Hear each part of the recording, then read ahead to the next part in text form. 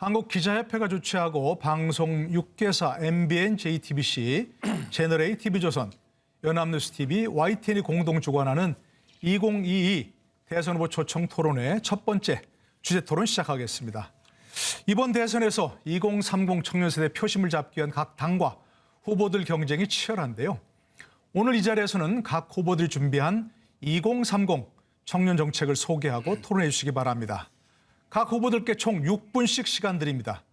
6분의 시간을 잘 활용해서 정책도 소개하고 다른 후보와 토론을 하셔야 하는 만큼 질문과 답변 1분 이내로 가급적 해주시길 부탁드리겠습니다. 사전 추첨에 따라서 심상정 후보가 먼저 발언을 시작하시면 손을 들어주시면 발언 요청을 할 순서에 따라서 발언권을 드리겠습니다. 심상정 후보 2030 청년 정책에 대해서 말씀해 주시죠. 네, 그 선거운동 과정에서 만난 한 청년의 질문이 머릿속에서 지워지질 않습니다. 우리 엄마는 자꾸 저한테 희망을 가지라고 하는데 어떻게 하면 희망을 가질 수 있나요? 순간 저는 굉장히 먹먹했습니다. 절대 여러분들 탓이 아닙니다. 여러분들 공부하고 알바하고 취직시험 공부하고 얼마나 열심히 살고 있습니까? 여러분들이 무능해서 여러분들이 게을러서 그런 것이 절대 아닙니다. 문제는 정치입니다. 정치 탓입니다. 이렇게 제가 말씀드렸습니다. 지난 2년 코로나 과정에서 가장 큰 피해자가 소상공인과 청년입니다. 우리 청년들은 수업 손실, 취업 손실, 기회 손실 이걸 모든 것을 오롯이 스스로 감당했습니다. 피해자로 호명된 적도 없고 어떤 지원이 된 적도 없습니다.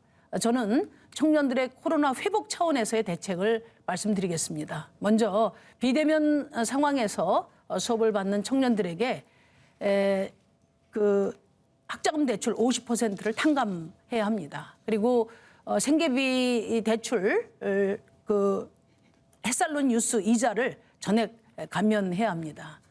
이런 최소한의 조치에 대해서 우리 이재명 후보님 어떻게 생각하시는지 예, 이재명 후보 손도 바랍니다. 드셨지만 지명하셨기 때문에 말씀하시죠. 네, 뭐 좋은 의견이십니다. 근데 저는 이 상황에서 이 말씀을 한번 드리고 싶습니다. 우리 기성세대들은 고도 성장 시기에 정말 많은 기회를 누렸고 또 각각의 성취, 성공을 해왔습니다. 그런데 우리가 여기서 간과한 게 있습니다. 바로 공정성 문제를 방치했던 거죠. 그 결과 불공정, 격차가 심해지고 양극화가 결국은 경제적 저성장을 불러와서 기회 부족 사회가 됐습니다. 이 기회 부족 사회의 특성은 경쟁이 격렬하다는 것이고 약자인 청년층이 진출하기 어렵다라는 것입니다. 요즘 청년 고독사가 거의 2배 이루고 있다고 합니다. 저는 그래서 이 청년들에게 첫째, 소득 보전을 해줄 필요가 있다. 전 생애 중에서 청년이 제일 지원 못 받고 있습니다. 그게 청년 기본소득입니다. 역량 개발의 기회를 주는 것이죠. 두 번째는 주택을 구할 수 있게 해주겠다. 청년 기본주택입니다. 세 번째가 바로 청년들도 사채업자한테 당하지 않고 최소한의 금리로 장기간 은행 대출을 쓸 수 있는 기회를 주자는 것입니다. 그 외에도 여러 가지 정책들이 있지만 기회가 되면 제가 말씀을 좀 더 드리도록 하겠습니다. 예, 다음 안철수 후보께서 손 드셨는데 말씀하시죠. 네, 윤 후보께 묻겠습니다. 윤 후보께서는 누구보다도 공정과 상식 주장하셨습니다. 아마 우리나라가 공정과 상식이 뿌리 박히지 못해서 그런 문제의식을 가지고 계신 것 같은데요. 그렇다면 우리나라에서 공정과 상식을 해치는 가장 근본적인 원인은 뭐라고 생각하십니까? 청년 입장에서 보면은 상급학교 진학하는 데 있어서의 불평등, 불공정, 그리고 취업에 있어서의 불평등, 불공정, 그리고 주거를 장만하는 데 있어서의 부모의 지위가 세습이 되는 경향이 있기 때문에 거기서 나오는 불공정, 이런 것들이 가장 문제가 되지 않나 이렇게 생각합니다. 네, 한마디로 정리해서 말씀드리면 사실 반칙과 특권 그리고 또 기득권 때문 아니겠습니까? 그렇습니다. 이런 것들이 모두 다 모여서 어떤 사회의 변화를 가로막고 있는데 그럼 윤 후보께서는 여기에 대한 어떤 대책을 가지고 계십니까? 뭐 제가 공약 발표할 때도 많이 말씀을 드렸습니다만은 뭐 입시 제도라든지 또 주거에 있어서의 그 청년의 그 기회를 부여하는 문제라든지 또 일자리를 청년에게 넓은 기회가 갈 수 있도록 그렇게 그 공약을 다 발표하고 말씀을 드린 바 있습니다. 네. 사실 기득권의 힘을 사회적인 합의로 통제하는 것이 저는 굉장히 중요하다고 생각합니다. 대표적으로 제가 예를 들고 싶은 게 사실 강성귀족노조입니다. 강성귀족노조가 청년의 일자리가 만들어지는 것을 원천적으로 차단하는 그런 경우들이 많기 때문에 이 문제를 짚고 넘어가지 않을 수 없는데요. 윤 후보께서는 지난번에 노동이사제를 찬성한다고 하셨습니다. 공기업의 노동이사제를 찬성한다고 하셨는데 어떤 기사를 보니까 이렇게 말씀하셨습니다. 노동이사가 그것이 노조 출신이 아니라 노조에서 추천한 변호사들이 많다. 그렇게 말씀하신 것 같은데 맞습니까? 뭐 그렇습니다. 전문가들이 많이 선출이 되는 것 같습니다. 추천이 되는 것 같습니다. 그래서 실제로 조사를 해봤습니다. 그랬더니 서울시 산하 20개 공기업에서 현직 26명의 그 노동이사들 중에서 15명이 민주노총 그리고 7명이 한국노총 출신입니다. 그러니까 노동이사의 85%가 변호사가 아니라 바로 노조 출신인 것이죠. 그럼 이렇게 잘못 알고 계신 부분이 있으신데도 여전히 노동이사제에 찬성하시겠습니까? 네, 저는 공공기관은 국민의 것이기 때문에 정부에서 임명한 그 간부들에다가 좀 그와 다른 입장에 있는 사람들이 이사가 돼가지고 도덕적 해이 이런 것들을 제어할 필요가 있고 제가 지난번에도 말씀드렸지만 한수원에 만약에 노동이사가 있었다면은 아마 그 원전 경제성 평가 조작 같은 일은 벌어지지 않았을 것이라고 저는 생각합니다. 예, 이번엔 좀 시간이 많이 남은 순서대로 이재명 후보께 먼저 발언 기회 드리겠습니다. 네, 고맙습니다. 제가 우리 윤석열 후보님께 한번 여쭤보도록 하겠습니다. 사실 공정성 정말로 중요하지요. 그중에서 예를 들면 취업이나 자격증을 따는 데서 공정성 중요하죠. 후보님. 그러실 거라고 보고요. 제가 하나 여쭤보고 싶은 것은 자, 변호사로서의 자격이 있는지는 실력이 있으면 되지 않습니까? 네, 검증해서 실력이 있으면 변호사 자격을 주면 되고 그게 옛날에 사법시험이었는데 지금 로스쿨 때문에 일정 대학원까지 로스쿨까지 나오지 않으면 변호사 자격을 딸 수가 없잖아요. 그래서 제가 그중에 일부만이라도 사법시험 체제 이걸 부활하자라고 하고 있는데 이 점에 대한 의견이 어떠십니까? 저는 개천에서 용날 기회를 넓게 부여하자는 말씀의 일환인 것 같은데 지금 변호사가 1년에 한 2,000명이 나오고 취업도 제대로 안 되고 있습니다. 그래서 그런 별도의 시험을 부활하게 되면은 더 이게 그 전문 직업의 자격증은 딴다고 하더라도 일하기가 더 어려워지기 때문에 저는 로스쿨에 야간 로스쿨이라든지 또는 로스쿨에 직업 생업에 종사하다가 갈 수 있는 특별 전형이라든지 그리고 장학금 제도라든가 이렇게 해서 기회의 문을 넓히는 것이 사법시험 부활보다는 더 효과적이라고 저는 생각합니다. 어쨌든 뭐 알겠습니다. 제가 생각하기로는 어떤 자격을 인정하는데 그 자격을 받기 위한 자격을 또 만드는 것은 적절치 않다 이렇게 생각합니다. 네. 제가 윤석열 후보께서 답변만 하셨는데 혹시 좀 말씀할 기회 드리겠습니다. 이재명 후보께 좀 물어보겠습니다.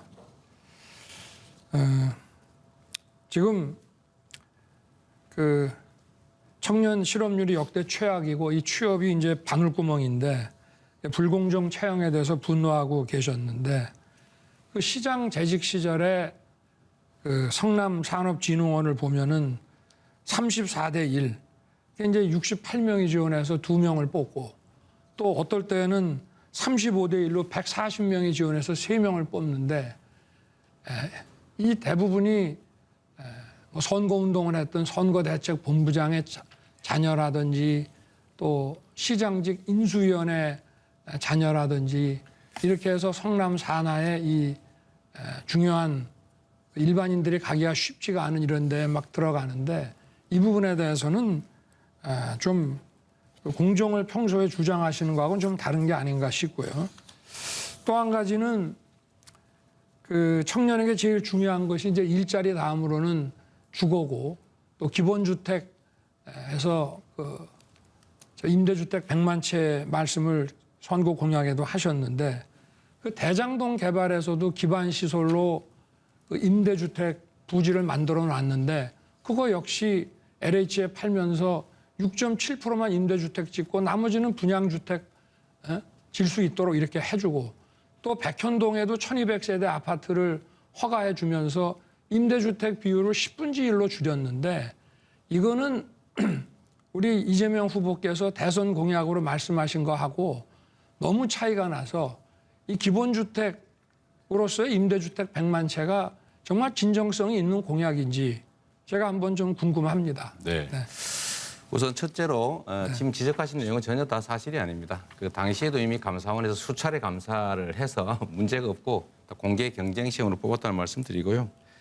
대장동 문제도 마찬가지로 지금 말씀하시는 건 제 후임 시장이 있을 때 벌어진 일인데 그러나 객관적 결과적으로 보더라도 거의 동일한 수의 공공신혼 부부용 주택이 공급됐습니다. 임대가 아니라 이제 공공주택으로 바뀐 것이니까요. 그 점은 오해가 없으시길 바라고 오히려 제가 이 지점에서 한번 지적을 하자면 지금 부인께서 지금 도이치모터스 이거 지금 주가 조작에 연루돼 있다는 말이 많은데 후보님 얼마 전에 그 5월 달 이후로는 뭐 거래하지 않았다 그랬는데 그 후에 거래를 수없이 했다는 수십억 수십 차례 거래가 있다는 얘기도 있지 않습니까? 주가 조작 같은 건 피해자가 수천 수만 명이 발생하는데 이건 공정하고는 전혀 관계가 없는 것 같은데 이 점 한번 설명해 봐 주시죠. 계속 그 얘기하실 건지. 네, 윤 후보 잠깐 답변 듣고 심상정보 바로 드리겠습니다. 이거는. 꼭 지금 말씀하셔야 되겠습니까? 타이밍이? 예. 예. 그럼 좀 심상정보 먼저 지금 꼭 하셔야 되겠다니까 듣고 윤 후보께 이건 주도권 기회 드리겠습니다. 토론이 아니지 말씀하시죠. 않습니까? 네, 맞습니다. 예. 네. 그 저 두 후보님께 말씀드리고 싶은데 이건 지금 청년 정책을 논의하는 자리이기 때문에 우리 청년들이 다 지금 지켜보고 있습니다. 청년 얘기 한정해서 하고 다른 얘기는 주도권 토론에서 해주시기를 바라고요. 그 우선 제가 이야기 듣다 보니까 우리 안철수 후보께서 노동이사제를 이렇게 강력하게 반대하시는 걸 잘 이해를 할 수가 없어요. 거액 받아가면서 사회이사 임명되면 그 경영주나 또 회사 주 오너들 들러리 서는 식으로 그렇게 역할을 하는 사회이사가 아니라 이해 당사자들이 함께 참여하는 경영 참가, 노동이사제가 당연히 맞고 공공부문뿐만 아니라 저는 민간부문까지 확대가 돼야 된다고 생각합니다. 우리 그 안철수 후보께서는 포스코의 사회이사를 경험하신 적이 있고 이사장까지 하신 적이 있는데 굉장히 고액의 연봉을 받으신 걸로 제가 알고 있고요. 몇백 건 중에서 반대하신 게 단 3건밖에 없습니다. 제 기억으로는. 그리고 포스코 당시에 부실기업 인수 문제가 논란이 됐을 때도 그걸 막지 못해서 사실 큰 손해를 끼쳤다는 것을 여러 군데서 지적을 한 것도 제가 봤습니다. 그래서 민주노총이 들어가면 안 된다는 식의 그런 그 불합리한 인식이 어디가 있습니까? ESG 경영이 지금 그 확대되고 있는데 그 거버넌스가 이해 당사자들이 참여하는 경영입니다. 노동자는 그 회사의 주인입니다.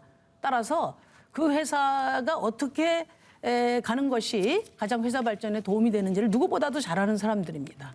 그런 점에서 노동이사제, 사회이사가 아니라 노동이사제가 돼야 된다. 그리고 지금 공공부문 이제 도입을 했는데 이제는 민간부문까지 확대해야 된다. 그냥 뭐 변호사다 또 뭐 회계사다 이런 사회적인 어떤 그런 그 자격증 가지고 고액 돈 들여가면서 사회이사 해서 들러리 세우는 그런 이사제는 이제 필요 없다. 그런 말씀을 저는 좀 드리고 싶습니다. 예, 제가 답변할까요? 네, 뭐 여러 가지 말씀하셨습니다. 지금 한꺼번에 말씀을 하셨는데 크게 두 가지인 것 같습니다. 우선은 지금 현재 공기업은 사실상 국민의 세금으로 운영되는 그런 기관입니다. 그리고 또 방만하게 경영되는 것은 모든 국민들이 알고 있는 사실입니다. 그런데 이 노동이사제를 도입을 함으로써 공기업의 개혁이 잘 이루어지지 않을 가능성이 많다. 저는 그런 뜻에서 말씀을 드리고 그리고 또 이것이 독일의 또 노동이사제와는 다릅니다. 우리나라만의 어떻게 보면 전 세계에서 유례를 찾아볼 수 없는 이런 제도라는 말씀드리고요. 그다음에 또 제가 포스코 이사를 했을 때 뭐 여러 가지 또 이야기를 하셨습니다만 포스코 이사회에는 이렇게 돼 있습니다. 처음에 안건들을 이사들이 먼저 보고 미리 자기 의사를 밝힙니다. 그래서 부결될 것은 아예 올라가지를 않습니다. 그러다 보니까 전체 중에서 반대하는 것이 작아 보이지만 실제로는 훨씬 더 많은 반대들을 사회이사들이 해서 주주의 이익을 보호하고 회사의 미래를 제대로 결정했다. 그렇게 말씀드립니다. 네, 아까 윤석열 후보께 좀 이재명 질문하셨는데 답변하시겠습니까? 아니면 네네. 다른 말씀하시겠습니까? 청년하고는 무관한 일이지만 제가 답을 좀 해드리죠. 그러시죠. 네. 뭐 검찰에서 한 2년 이상을 관련되는 뭐 기자와 관계자들 뭐 별건의 별건을 거듭해가면서 조사를 했고 우리 이재명 후보가 연루된 그 대장동 그 게이트에 비해서 그 작은 사건임에도 불구하고 훨씬 더 검찰에서 연인원을 더 많이 투입해서 했고 아직까지 뭐 무슨 문제점이 드러난 적은 없습니다. 그리고 제가 5월까지 2010년 5월까지나 했다고 하는 것은 재작년에 그 유출된 그 첩보에 등장하는 인물과의 거래가 그랬다고 말씀을 드렸고 벌써 제가 경선 당시에도 계좌까지 전부 다 공개를 했습니다. 네. 예, 심상정 후보께서 지적하신 대로 청년 정책에 좀 집중해 주시면 좋겠다 말씀드리고요. 이재명 후보 손 먼저 드셨습니다. 네, 이게 시작이 됐기 때문에 끝내면 제가 마치 할 말이 없는 것처럼 들려지게 있어서 제가 조금만 더 말씀드리겠습니다. 양해 부탁드립니다. 일단 대장동 얘기 또 하시는데요. 대장동은 박영수 특검 딸 돈 받았죠. 곽상도 의원 아들 돈 받았죠. 우리 윤 후보님 아버지 집 팔았죠. 저는 공익 환수를 설계했고 국민의힘은 배임을 설계한 겁니다. 그쪽이 부정부패를 설계한 거죠. 제가 답변해야 됩니까? 윤 후보님이 답변해야 됩니까? 이 점 분명하게 해드리고요. 또 한 가지는 공공지구 임대주택 얘기도 그 원래 LH가 임대주택 지으려고 준비하고 있던 거 그 포기시키고 아시는 분이 그 개발해서 100% 수백억 개발이 취하고 개발 부담금도 안 냈잖아요. 그런 부분에 대해서 먼저 좀 돌아보시면 좋겠다는 생각이고 마지막으로 이거 한번 여쭤보겠습니다. 노동시간은 점점 앞으로 단축해 가야 되는데 이 청년들이 장시간 노동, 크런치 타임 뭐 이런 것 때문에 죽어가고 있습니다. 96시간, 89시간인가 일하다가 과로사한 청년도 있는데 120시간씩 일하는 거 정말 어렵거든요. 우리 심상정 후보님은 4일제 주장하시고 저는 4.5일제를 시범적으로 하자 이렇게 하고 있는데 이 점에 대한 노동시간 단축에 대한 의견을 한번 듣고 싶습니다. 네, 먼저 윤석열 후보께 질문하신 거죠? 네, 뭐 예, 경사입니다. 답변 네. 듣겠습니다. 뭐 노동시간이야 단축하면은 싫어할 사람이 없습니다만은 우리 경제 산업의 현실을 감안해서 해야 될 문제 아니겠습니까? 네. 그리고 대장동이라고 하는 거는 당시에 시장인 이재명 후보께서 하신 것이고 저 박상도든 뭐 박영수 변호사든 간에 여기서 나온 돈 8,500억이 도대체 어디로 흘러갔는지 전혀 지금 검찰이든 뭐 조사도 안 하고 특검도 안 되지 않습니까? 저는 이 자금이 지금 누구 주머니에 있고 어디에 숨겨져 있고 어디에 쓰였는지 반드시 진상규명이 확실히 돼야 된다고 생각합니다. 예, 심상정 후보 손 드셨고요. 다음에 안철수 후보께 바로 기회 드리겠습니다. 예. 그 이제 이재명 후보님하고 윤석열 후보님이 청년 등 생애 최초 주택 구입자에게 LTV 담보대출을 최대 80에서 90%까지 해주겠다 이렇게 이제 말씀을 하셨어요. 네. 지금 청년들이 지금 가장 고통을 받고 있는 게 주택 문제고 또 부채의 절반 가까이가 이제 주거 문제 때문에 발생했기 때문에 주택 문제가 중요합니다. 그런데 지금 말씀하신 대로 90%까지 올리면 이제 서울 집값이 이제 평균이 12억인데 10억만 잡아도 9억까지 대출을 해주는데 30년 동안 만기를 할 경우에 원리금이 월 한 330만 원인데요. 그러면 총 부채 상환 비율이 40%면은 소득이 1억은 돼야 되거든요. 네. 최소. 이 지금 두 분이 말씀하시는 생애 최초 주택 구입자들이라는 게 결국은 1억 수준의 이런 고소득자들을 위해서 지금 생애 최초 주택 구입을 설계를 하신 것인지 제가 묻고 싶습니다. 우리 이재명 후보께서 말씀해 제가 주십시오. 먼저 말씀드릴까요? 아주 정확한 지적이십니다. 그런데 약간 전제가 다르다는 점 말씀드립니다. 저희는 지금 현재 시세를 말씀드리는 게 아니고 조성 원가와 건축 원가가 지금 현재 시세의 절반 정도에 불과하기 때문에 그 분양가로 하겠다는 말씀을 먼저 드리고요. 그러니까 신규 공급 주택의 공급의 30%를 보장하는데 거기에 90% 그러니까 당시 분양가의 90% 정도를 대출해 준다는 것이고요. DSR은 그러니까 규모를 뭐 수십 평짜리가 아니고 한 20평 정도면은 한 2, 3억 3억대 되겠죠. 어느 지역에 2, 3억짜리가 있습니까? 20평짜리가? 김포나 이런 데 충분히 가능합니다. 김포에 20억짜리가 잠깐만요. 있습니까? 제가 아니 20평짜리가 있습니까? 20평짜리가 그건 지을 수 3억입니까? 예. 자, 그러지 마시고요. DSR 문제는 장래 소득도 산입을 해주자가 저희의 계획입니다. 저는 이제 이 문제에 대해서는 뭐 구체적인 정책적 네. 그런 걸 따지기 전에 저는 이제 우리 청년들에게 빚내서 집 사라 이런 정책들은 이제 그만 내셔야 된다고 생각합니다. 사실 이재명 후보가 이 문제가 지적이 되니까 소득 기준을 다시 완화하겠다 말씀을 하시고 조금 전에 설명을 해주셨는데 사실 DSR을 더 낮추면은 이런 걸 두고 약탈적 대출이라고 하는 거거든요.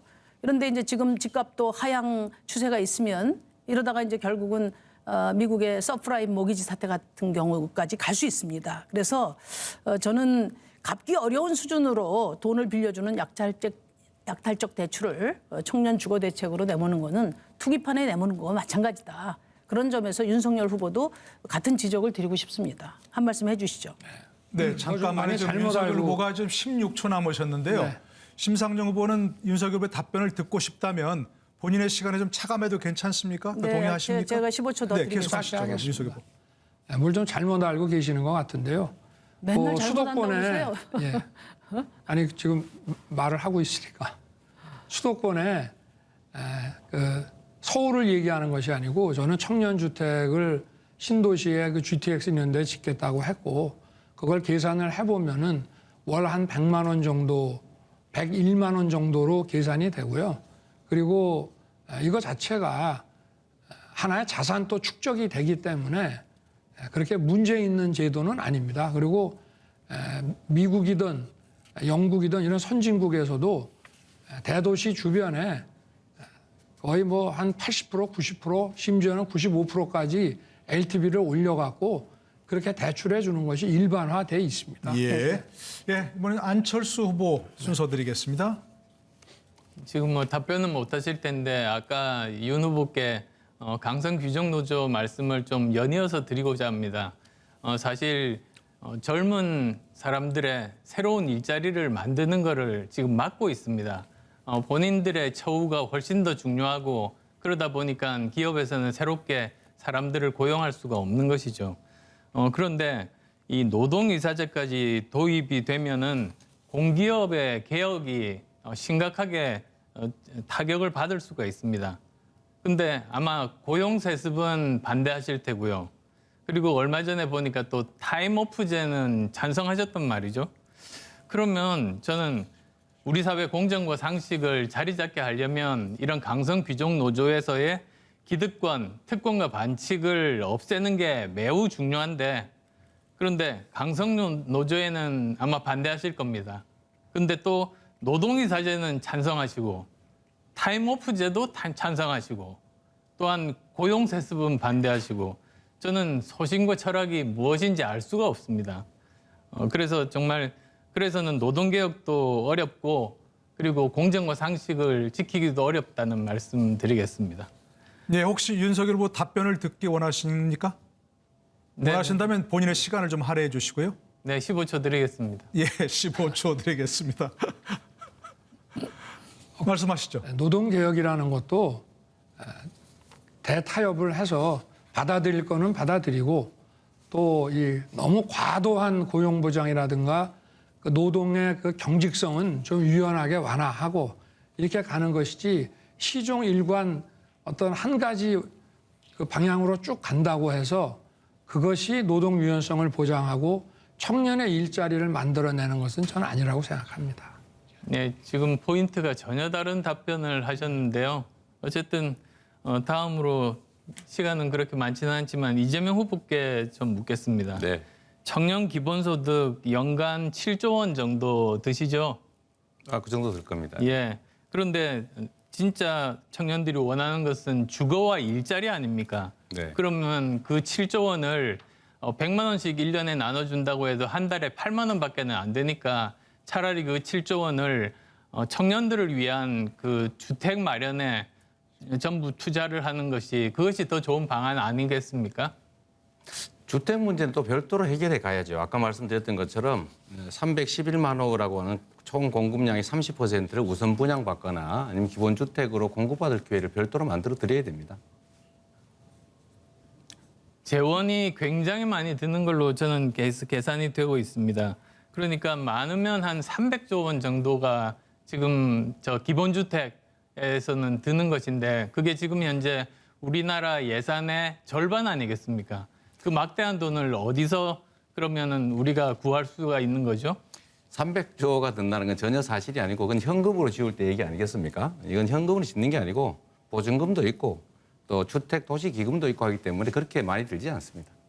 보증금만으로는 안 됩니다. 분양을 한다면 또 제가 이해는 하겠습니다만 그것 자체가 대출이기 때문에 문제라고 예, 시간 말씀드립니다. 됐고요. 예, 이재명 후보, 심상정 후보 각 30초, 24초 네. 남으셨습니다. 이제 본인이 하시고 싶은 마무리 발언으로 이 청년 정책에 대해서 하시면 좋을 것 같습니다. 이재명 먼저 말씀하시죠. 네, 청년들의 상황이 너무 어렵습니다. 정말 지금은 희망을 가지기도 어려워서 결혼도 포기하고 다음 세대는 나보다 더 어려워질 거라고 믿어지니까 출산도 포기하는 아주 심각한 상황입니다. 소득 보전 조치가 필요합니다. 우리 안 후보께서는 약간 다른 의견을 가지고 계시지만 아버지 부양하는 2만 원이 없어서 유기치사죄로 처벌받는 청년도 있습니다. 제가 7천 원이 있었으면 기본소득이 있었으면 제가 공장 다니면서 이렇게 고생하지 않고 공부했을 겁니다. 예, 그런 기회를 주자는 것입니다. 예, 심상정 후보 발언하시죠. 예, 청년들의 기회의 창을 세 가지 방향에서 마련하려고 합니다. 예, 청년들의 격차가 사실 부모 지원 여부에 가장 크게 의존되고 있기 때문에 출발선을 동등하게 하는 청년기초자산제를 도입을 합니다. 그리고 기득권의 과감한 재조정으로 국민연금이나 또 주택 문제를 해결하겠습니다. 그린 경제로 새로운 일자리, 새로운 기회를 만들어내겠습니다. 그 세 가지 방향에서 청년들의 네. 새로운 기회의 창을 만들겠습니다.